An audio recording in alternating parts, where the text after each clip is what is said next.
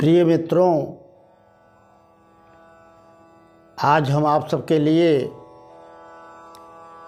एक बहुत ही प्रेरक कहानी लेकर के उपस्थित हुए हैं। समाज में बड़े बुजुर्गों का तिरस्कार, माता पिता जो बूढ़े हो जाते हैं उनका परिवार में तिरस्कार बढ़ा है और परिवार की उपेक्षा के शिकार बुजुर्ग जो असहाय होते हैं, कुछ भी करने में अक्षम होते हैं, उनकी दशा कोई संवेदनशील प्राणी ही समझ सकता है। इसी से संबंधित एक बहुत ही दर्दनाक कहानी आप लोगों के सामने रखने जा रहा हूँ। आशा है आप लोग पूरी कहानी सुनेंगे और उससे कुछ प्रेरणा लेंगे, सीख लेंगे,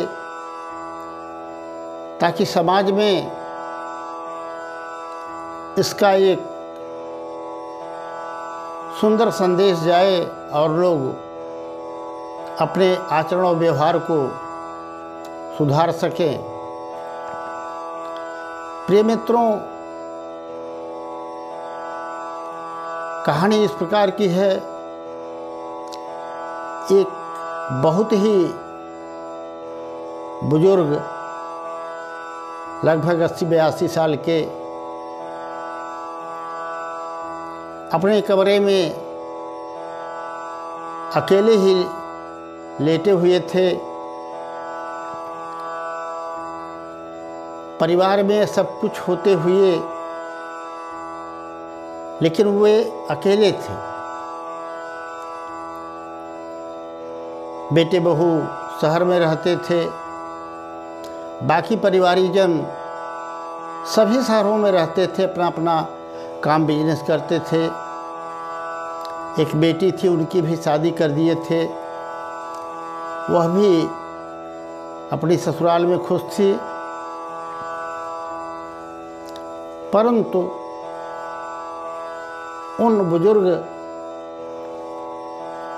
पिताजी का देखरेख करने वाला कोई नहीं था।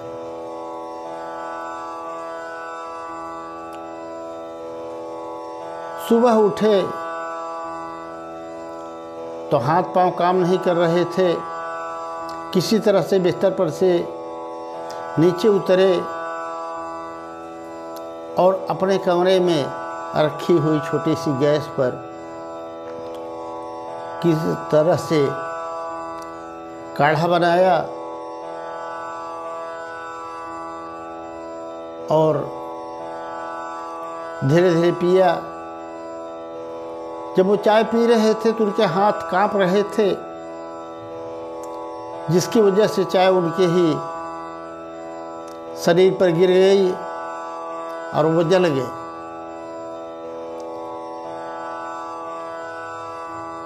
गिलास कहीं गिरी, प्लेट कहीं गिरा और वो चारपाई पर फिर लुढ़क गए। ये दृश्य मैं उनके यहाँ गया तो देखा और उनकी आंखों से आंसू बहने लगे। मैंने पूछा, बाबूजी आप इस तरह से क्यों परेशान हैं और क्यों रो रहे हैं? उन्होंने अपनी आप बीती बताई जो इस प्रकार है। उन्होंने रोते हुए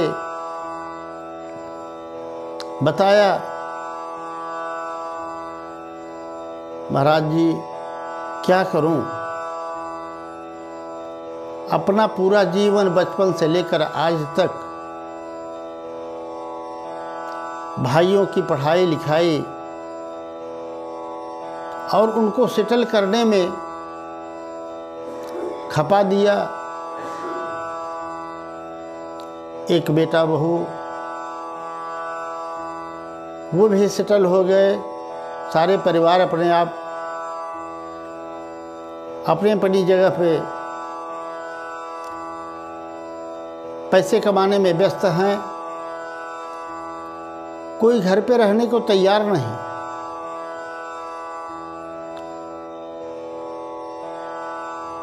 अब मेरी दशा ये है।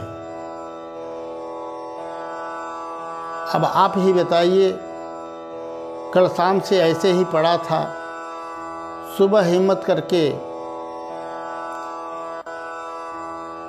चाय बनाया भी तो पी नहीं पाया, हमारे ही ऊपर गिर गई और मैं जल गया।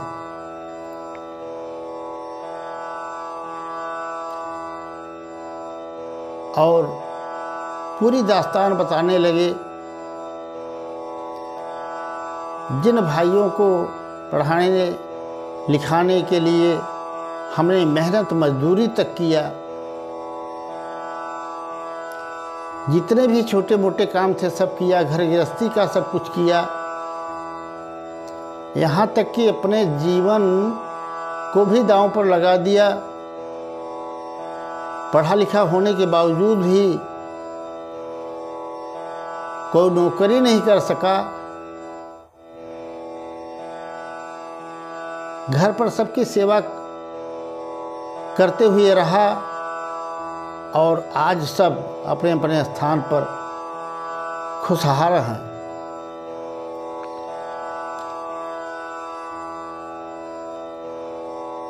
मैंने उन्हें ढाढ़स बंधाया कि देखो, आजकल कलयुग चल रहा है,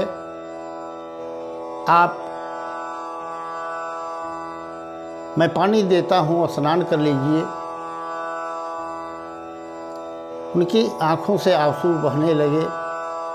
महाराज जी, अब यही बाकी रह गया है। मैंने कहा, क्या हुआ? बोले, भरा पूरा परिवार होते हुए भी आज मेरे पास कोई नहीं है। मैं कितना भागा हूँ, किस तरह से भोजन बनाता हूँ, कभी एक टाइम पाता हूँ, कभी वह भी करने में दिक्कत आती हैं। आंखें कमज़ोर हो गई हैं, दिखाई नहीं पड़ता। चश्मा लगाने पर भी दिखाई नहीं पड़ता। भोजन बनाने में दिक्कत आती है। खाने पीने सोने में भी दिक्कत आती है, पर मेरा साथ देने वाला कोई नहीं है। और आप कब तक रहेंगे? हमें पानी दे देंगे तो हम स्नान करेंगे। उन्होंने मुझे बैठाया और धीरे धीरे हिम्मत करके एक छोटी सी बाल्टी ले करके गए और पानी लेकर के आए। स्नान किया। स्नान करने के बाद बैठ करके धीरे धीरे भगवान का ध्यान भजन करने लगे। मैं वहीं पर बैठा रहा। मैंने कहा, बाबा आप कुछ बनाएंगे, खाएंगे? बोले, महाराज जी, हिम्मत पड़ेगी तो बनाऊंगा, और ना हिम्मत पड़ी तो फिर राधे राधे।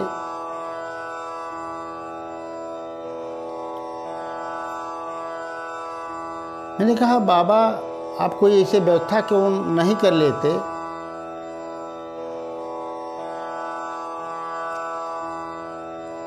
कि आपका जीवन जब तक है तब तक कोई सहायक आपके पास रहे, उसके बदले आप उसको कुछ दे दिया करें, वो आपका समय से भोजन बना दिया करे और आपकी सेवा शुश्रूषा कर दिया करे। उन्होंने कहा, कहाँ से कर लूँ? जो नौकर रखूँगा उसे तनख्वाह चाहिए, पैसा चाहिए, वो तो मेरे पास है नहीं। रही बात खेती बाड़ी की, वह भी हमने छोड़ दिया है। सब बटाई पर ले लिए हैं और उसका हिसाब किताब बच्चे लोग करते हैं। मेरे पास तो खाने भर को लिए आप जो कमरे में देख रहे हैं बस वही है। साल भर का इसी अन्न से गुजारा हो जाता है।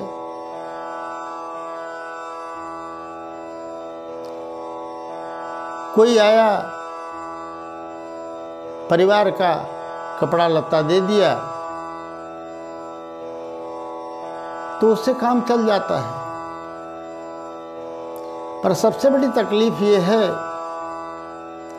कि महाराज जी मुझे न धन चाहिए, न दौलत चाहिए, न पैसा चाहिए। तकलीफ एक ही बात की है कि अगर परिवार का कोई व्यक्ति मेरे पास होता तो आज हमें ये जिल्लत न उठानी पड़ती। पानी लेने जाता हूँ, गिलास हाथ से छूट जाती है, पानी गिर जाता है, ठीक से पानी तक नहीं पी पाता हूँ। तो आप ही बताइए किस तरह से भोजन बनाऊँगा और किस तरह से भोजन करूँगा।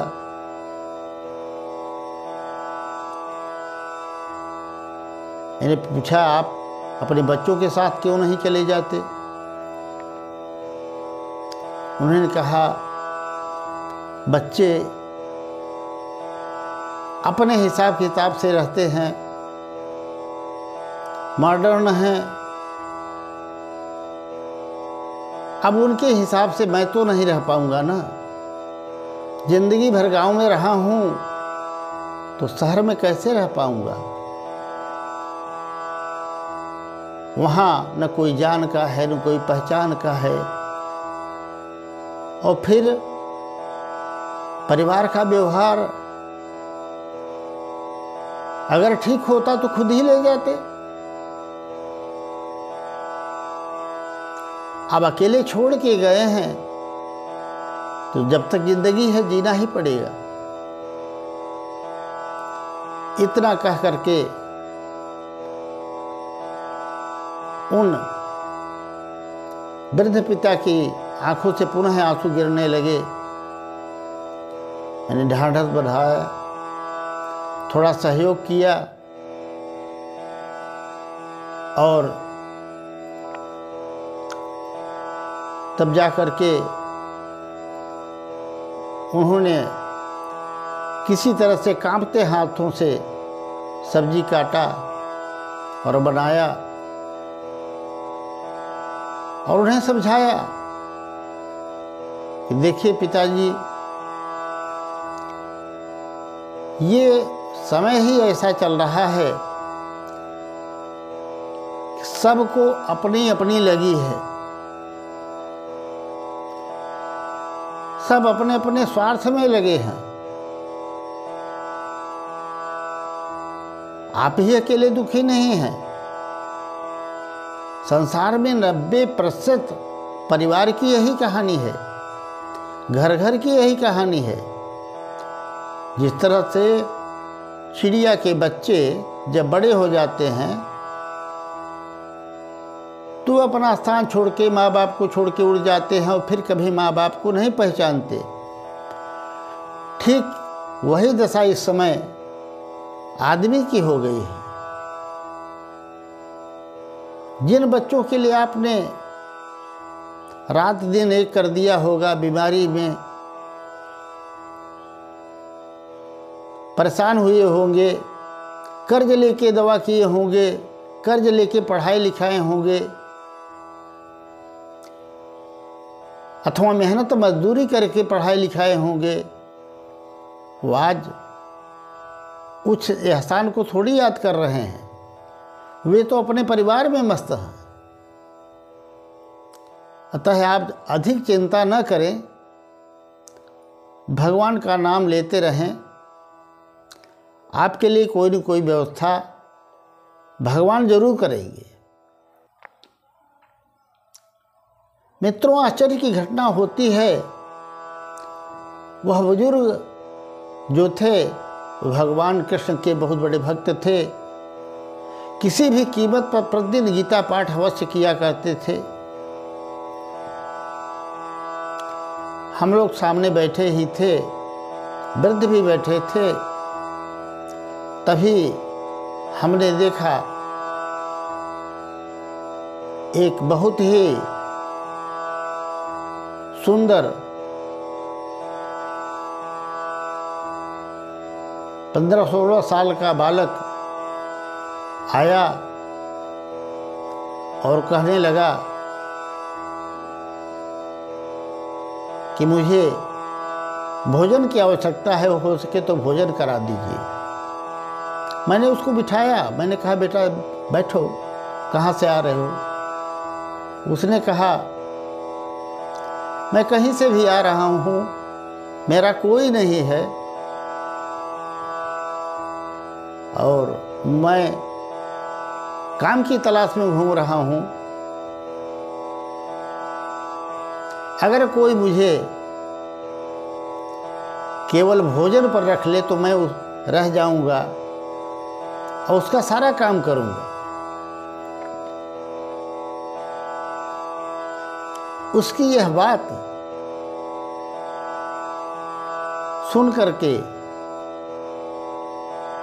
उन बुजुर्ग पिताजी के आँखों में चमक आ गई और उन्होंने कहा बेटा अभी अभी किसी तरह से भोजन बनाया हूँ, पहले तू भोजन कर ले, तू तृप्त हो जा, उसके बाद फिर हम बात करेंगे। उस बूढ़े ने बालक को भोजन कराया। फिर बालक ने कहा यदि आप भोजन भर केवल हमें दे दें तो मैं आपका सारा काम करूंगा, आपकी सेवा मैं करूंगा, आपका भोजन मैं बनाऊंगा। मैं हतप्रभ था कि देखिए जिसका कोई नहीं होता उसका भगवान होता है।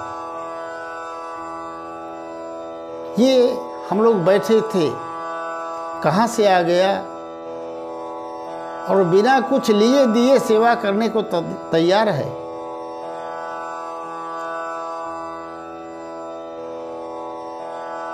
बाबू ये नहीं बोले, हमने ही कहा बेटा अगर कर सको तो बुजुर्गों में भगवान बसते हैं, तुम अपना भी भोजन नहीं करना, इनको भी भोजन बना करके कराना और यही गुजर बसर करो। इनकी सेवा से